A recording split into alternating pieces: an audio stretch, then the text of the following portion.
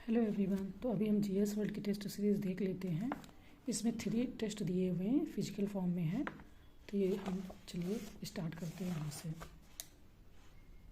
तो देखिए ये कितना अच्छे से पूछा है। ऐसे फैक्ट बहुत आते हैं यूपीपीएससी के लिए हमें और आरओ के लिए। तो हम ऐसी तैयारी कर रहे हैं जो दोनों एग्ज़ाम में काम आ जाए। तो यहाँ पर स्वतंत्र राज्य और उनके संस्थापक के बारे में बात कर रहे हैं। तो आपको यहाँ पर मिलान करना है।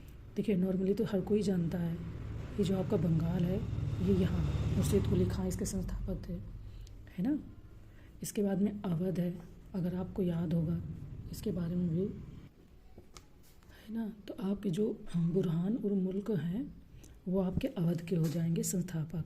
तो इस तरीके से हम यहाँ पर जब देख लेंगे C2 D3, देखिए यही वाला है, यानी कि इसका बी आंसर सही हो जाएगा। इस तरीके से हमें देखते रहना है। अभी दूसरा पूछ रहा है कि निम्नलिखित में से सिखों के किस गुरु ने फारसी में जफरनामा लिखा। मैं आपको सिखों की अभी शॉर्टेस्ट ट्रिक बता देती हूँ, इसके जो भी क्वेश्चन बनेंगे आप भूलेंगे नहीं। तो जो जफरनामा है ये जहांगीर के बारे में बात करती है, उसी का इन्होंने फ़ारसी में रचना की थी। तो इसके कौन से गुरु होंगे? तो सिखों के जो 10वें गुरु हैं गुरु गोविंद सिंह, इन्होंने इसका अनुवाद किया था। ठीक है। ये औरंगजेब जो शासक था ना मुग़ल का, तो ये उसके लिए लिखा गया था। ठीक, चलिए 3 में चलते हैं। निम्नलिखित में से किसके शासनकाल में सिंध अंग्रेजी राज्य में विलय किया गया? तो आपको याद होगा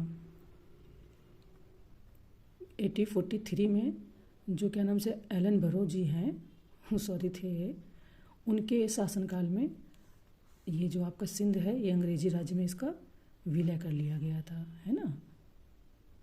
जो अफ़गान युद्ध हुआ था सिंध, उसी के समय अफ़गान युद्ध का ही परिणाम था कि अंग्रेज़ों ने सिंध को क्या नाम से इसमें भारत में मिला लिया था। अगर अफ़गान जीत जाते तो इसको फिर अफ़गानिस्तान में मिला लेते, क्योंकि सिंध हमारा उधर पाकिस्तान का जो प्रांत है वो है, तो उसको भारत में विलय कर लिया गया था। चलिए 4th में चलते। यहाँ पर दिया गया है जो आपका ये 4था नंबर क्वेश्चन है, आंग्ल नेपाल युद्ध से संबंधित निम्न कथनों पर विचार कीजिए, है ना।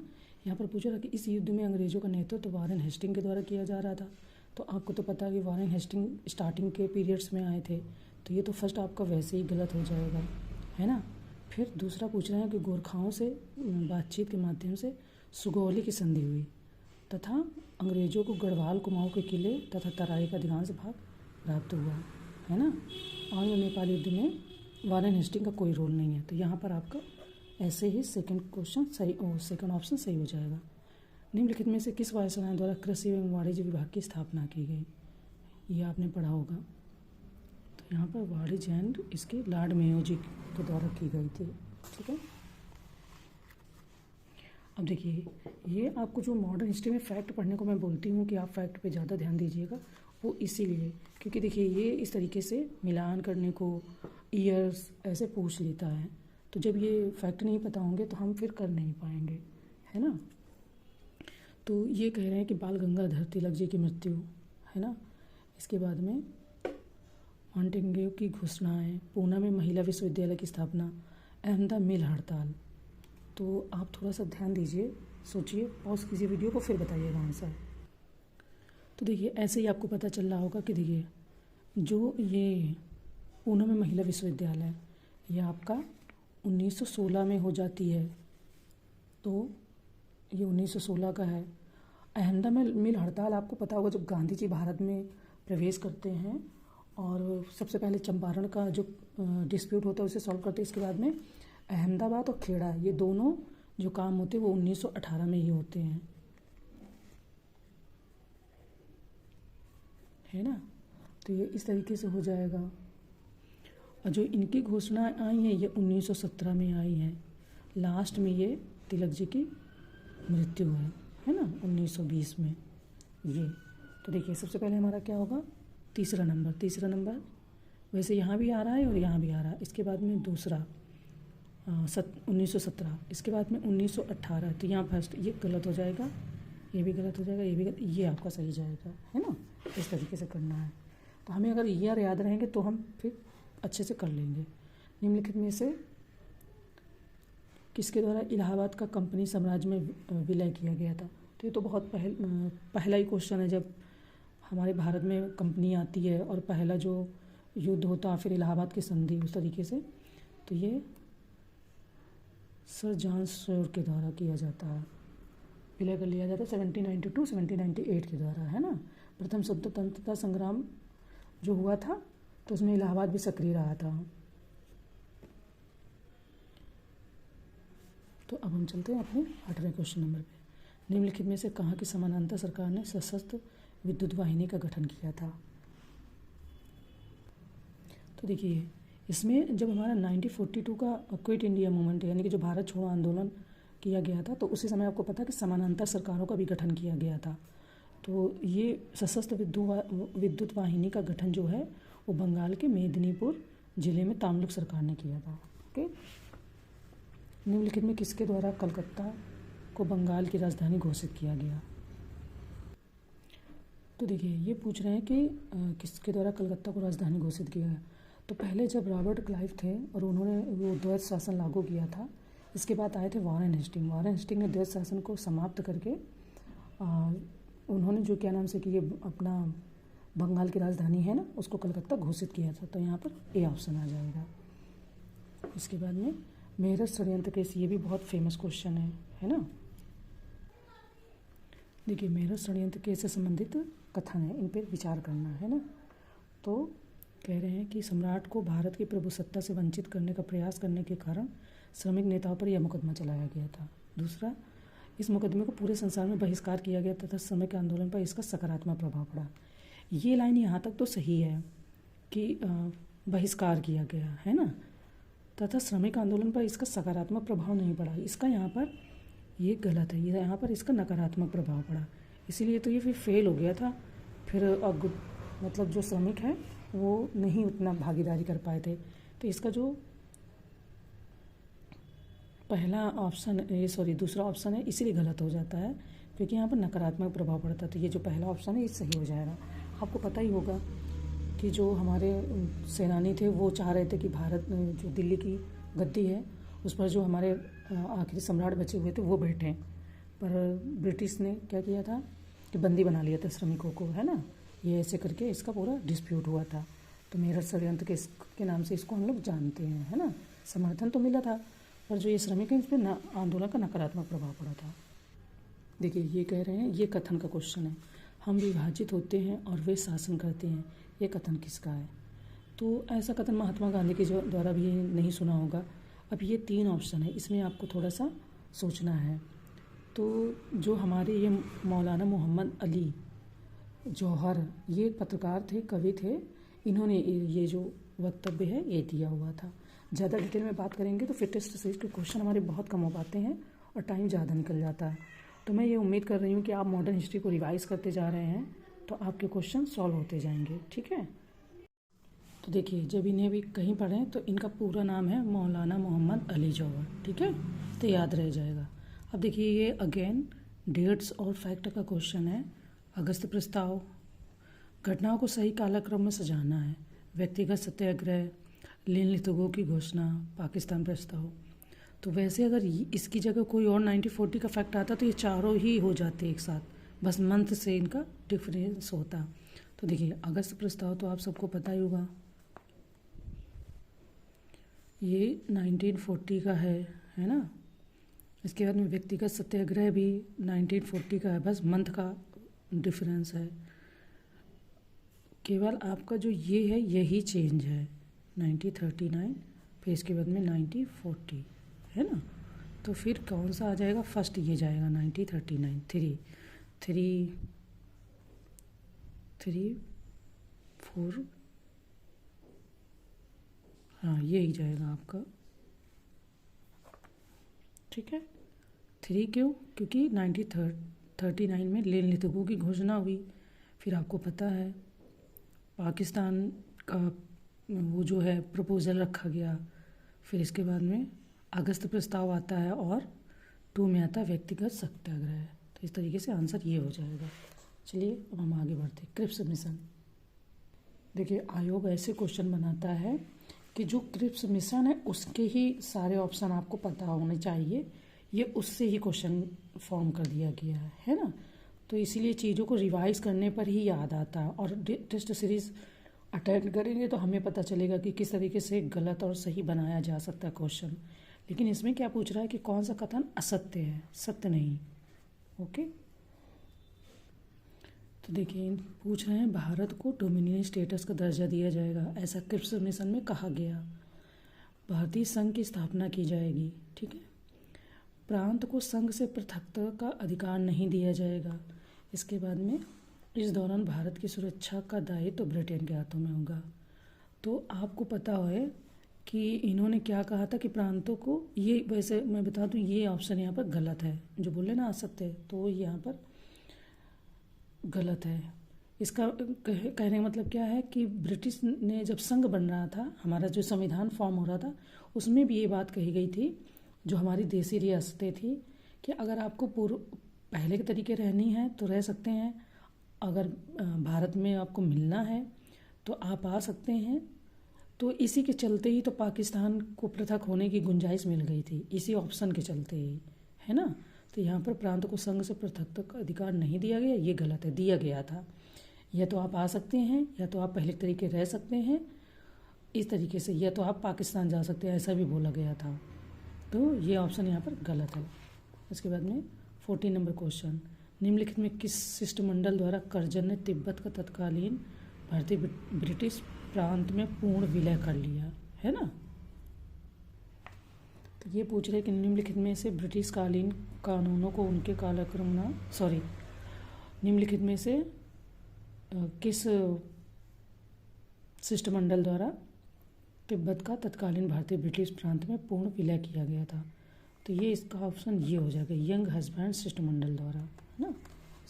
अच्छा अभी हम देखते हैं 15 नंबर क्वेश्चन, निम्नलिखित ब्रिटिश कालीन कानूनों को उनके कालक्रम में सजाइए। तो देखिए अगर आपको पता होगा तो सबसे पहले हमारा कौन सा कानून आया था, तो ये 1802 में आया था, बाल हत्या निरोधक कानून, है ना। तो ऐसे जाएंगे अगर तो ये हमारा 2 पहले आएगा। अब 2 2 जगह दिया हुआ है। इसके बाद में सम्मति आयु अधिनियम आया था, तो 2 फिर 4 हो जाएगा, तो 2 4 ऐसे ही हम ऑप्शन में टिक कर सकते हैं, क्योंकि हमारा आंसर यहाँ से निकल आ रहा है।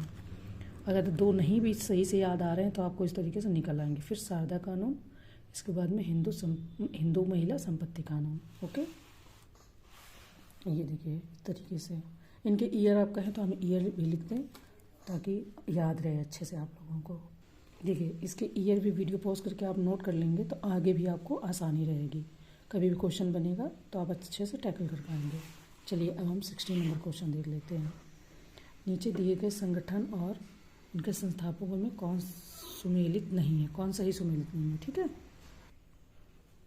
तो यहाँ पर आपको बताना है, तो वैसे ये सही है, चापेकर बंधु ने हिंदू धर्म संघ की स्थापना की थी, इंडियन। इसके बाद में भारत माता समिति इंडियन इंडिपेंडेंस लीग, तो आपको पता ही होगा सही है, ये भी सही है। ये यहाँ पर यही गलत है, जो इसकी स्थापना अम्बा प्रसाद व अजीत बिहारी जी ने नहीं की थी, ये गलत है। यहाँ पर इसकी स्थापना जो की गई थी वो JM चटर्जी के द्वारा की, JM चटर्जी प्लस नीलकांत ब्रह्मचारी, है ना, JM चटर्जी नीलकांत ब्रह्मचारी एवं वाची अय्यर द्वारा, ठीक है, एवं वाची अय्यर द्वारा। तो ये यहाँ पर जो बी है ऑप्शन, ये आपका गलत है, मतलब ये गलत सुमेलित है। चलिए अब हम 17, भारत के वस्त्र को निर्यात की वस्तु बनाने का श्रेय किसे जाता है। तो भारत के वस्त्र को निर्यात की वस्तु बनाने का श्रेय किसे जाता है, डच, ब्रिटिश, पुर्तगाली, डेनिश। तो आपको वीडियो पॉज करके सोचना है फिर आंसर देना है। वैसे इसका श्रेय डचों को जाता है। जो डच हैं उन्होंने नील, सोहरा और सूती वस्त्र का निर्यात किया था मॉडर्न हिस्ट्री में। तो अब हम अपना 18 नंबर क्वेश्चन देख लेते हैं। इसमें कह रहा है कि निम्नलिखित में से किसे भारत में पुर्तगाली साम्राज्य का वास्तविक संस्थापक माना जाता है ना। तो आपको तो पता ही होगा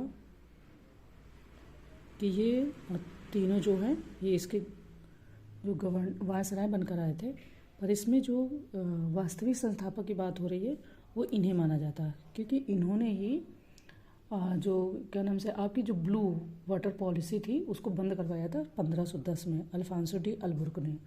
और इन्होंने ही जो बीजापुर के शासक थे यूसुफ आदिल शाह, उनसे गोवा को छीन लिया, और जहाँ से फिर बोला जाता है कि पुर्तगाली साम्राज्य की नींव पड़ी, तो इन्हें ही वास्तविक संस्थापक माना जाता है। ठीक है। निम्नलिखित में से किसे फोर्ट विलियम का प्रथम प्रेसिडेंट बनाया गया था? 19 नंबर क्वेश्चन। तो ये तो आपको पता ही होगा, चार्ल्स आयर को। जो फोर्ट विलियम का प्रथम प्रेसिडेंट बने थे वो चार्ल्स आयर बने थे। ठीक है। इसको आप मॉडर्न हिस्ट्री से ज़रूर पढ़ते जाइएगा। या आपके पास जो लूसेंट का नोट्स होता है, जो लूसेंट की बुक होती है, उसमें छोटे छोटे फैक्ट्स दिए रहते हैं, वो पढ़िएगा तो जाके आपके क्वेश्चन टैकल होंगे। मॉडर्न हिस्ट्री में थोड़ा सा एडवांस दिया अच्छा है, पर उसको कितनी बार आप पढ़ पाएंगे ये आपके ऊपर डिपेंड करता है। तो मुझे लगता है आपको लूसेंट से पढ़ना चाहिए, उससे फैक्ट ज़्यादा तैयार होती है। और फैक्ट इसमें देखिए पूछे जाते हैं, हर क्वेश्चन में फैक्ट पूछे जाते हैं। और ये हिस्ट्री बेस्ड टेस्ट सीरीज़ है, तो आपके हिस्ट्री के क्वेश्चन बहुत अच्छे से सॉल्व हो जाएंगे। ठीक है। देखिए, फ्रांसीसियों द्वारा निम्नलिखित में से किस जगह पर फोर्ट ओरिलियंस किले की स्थापना की गई थी? फ्रांसीसियों के द्वारा, है ना। तो ये यहाँ पर ब्रिटिश नहीं है, फ्रांसीसी के बारे में बात हो रही है। तो आपको याद होगा 1673 में जो फ्रांसीसियों के नवाब थे शाइस्ता खां, उनसे एक जगह किराए पर ली गई थी, जहाँ उनके द्वारा चंद्रनगर की कोठी, जो सुप्रसिद्ध कोठी है चंद्रनगर की, और कोठी की स्थापना की गई थी, है ना। तो यही निर्मित किला फोर्ट ओरिलियंस कहलाता है। तो जो ये चंद्रनगर की कोठी थी, यही फोर्ट ओरिलियंस किले की स्थापना यही कहलाता है। देखिए 21 क्वेश्चन नंबर क्या कहता है कि इंग्लिश ईस्ट इंडिया कंपनी के निम्नलिखित कैप्टन द्वारा उनके मुगल दरबार में व्यापार के लिए प्राप्त आज्ञा पत्र के अनुसार सही कालक्रम। तो इनका क्रम अगर आपको पता होगा, इसका फैक्ट, तो ही आप इसको टैकल कर पाएंगे, है ना। तो आपको पता होगा जो सबसे पहले आते हैं वो आपके आते हैं कैप्टन हाकिंस, है ना। ये आते हैं 1608 में। इनको तो ऐसे ही आप पढ़ पाएंगे। ये फैक्ट्री खोलने के लिए आते हैं सूरत में। तो आपका 3, अब 3 यहाँ 3 ऑप्शन में दिया हुआ है, फिर आपको और भी आने चाहिए, तभी जाकर आप कर पाएंगे, है ना। तो 1611 में कैप्टन जो क्या नाम से मिडल्टन है, ये 1611 में आते हैं। तो अब जाके आपको होगा 3-1, है ना। तो इस तरीके से आपका ये क्रम सही हो जाएगा 3-1। इसके बाद में आते हैं कैप्टन बेस्ट, है ना। ये 1613 में आते हैं। जो आपके लास्ट में आते हैं वो 1615 में आते हैं सर थॉमस रो। ये मुगल साम्राज्य के सभी भागों में व्यापार एवं फैक्ट्री स्थापित करने के लिए अनुमति प्राप्त करते हैं। तो इस तरीके से आपका फर्स्ट आंसर सही हो जाएगा। इसके अगर ईयर आप लिखते जाएंगे ना तो आपको फिर याद रहेगा। देखिए 22 क्या पूछ रहा है कि 18वीं शताब्दी में रोहिलखंड की स्थापना निम्नलिखित में से किसके द्वारा की गई थी? तो आपको पता है कि क्या नाम से जब मुगल साम्राज्य का पतन हुआ तो फिर कई सारी रियासतें या कई सारे राजनीतिक शक्तियों का उदय हुआ, है ना। तो इसकी अली मोहम्मद खां के द्वारा जो इसकी क्या नाम से स्थापना है वो की गई थी, है ना। और ये किस क्षेत्र की तरफ है? तो ये गंगा की तराई क्षेत्र की तरफ है। आंवला आपने बरेली में सुना होगा नाम। पहले इसकी राजधानी रोहिलखंड की बनी आंवला, बाद में बनी बरेली, है ना। चलिए 23 देखो, ये कह रहे हैं कि कांग्रेस ने निम्नलिखित में से किसकी अध्यक्षता में भारत छोड़ो प्रस्ताव को पारित किया? उसमें अध्यक्ष कौन था? कांग्रेस की अध्यक्षता कौन कर रहा था? तो जब ये कांग्रेस ने वर्धा में अगस्त 1942 को अबुल कलाम आज़ाद की अध्यक्षता में भारत छोड़ो जो प्रस्ताव है इसको पारित किया गया था, है ना। 8 अगस्त 1942। ओके, ठीक है। अवध के नवाब शुजाउद्दौला के संबंध में निम्नलिखित कथनों में से कौन सा सही नहीं है? देखिए यहाँ पर फिर दिया है सही नहीं है ना। 1761 के पानीपत के तृतीय युद्ध में इसने अहमद शाह अब्दाली का साथ दिया। अंग्रेजों के विरुद्ध बक्सर के युद्ध में 1764 में इसने बंगाल के अपदस्थ नवाब मीर कासिम का साथ दिया। शुजाउद्दौला के बारे में बात करनी है। इसने मुग़ल बादशाह शाह आलम द्वितीय अली गौहर को शरण दी, है ना। लखनऊ में इसके द्वारा बड़ा इमाम बाड़ा बनवाया गया, तो ये आपका ऑप्शन गलत हो जाएगा, है ना।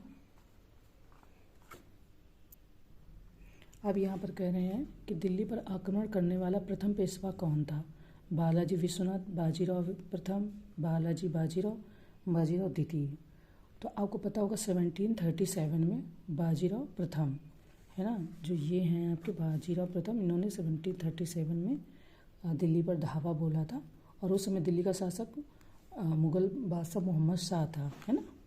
निम्नलिखित में से किस मुग़लकालीन शासक के समय अंग्रेज़ों ने दिल्ली पर कब्जा कर लिया था?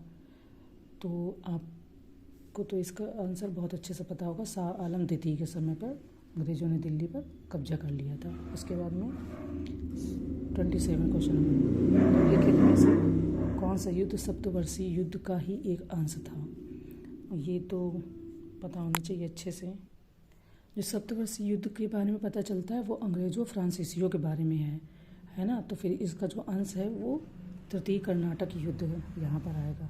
चलिए 28 क्वेश्चन नंबर, निम्नलिखित में से किस युद्ध को भारतीय इतिहास के सर्वाधिक निर्णायक युद्धों में गिना जाता है? प्लासी का युद्ध आपको लग रहा होगा इम्पोर्टेंट। इसके बाद में बक्सर का युद्ध, वांडीवाश का युद्ध, 1857 का स्वतंत्रता संग्राम। लेकिन जो सबसे इम्पोर्टेंट है वो यही है आपका प्लासी का युद्ध, है ना। 29 नंबर क्वेश्चन आ जाते हैं।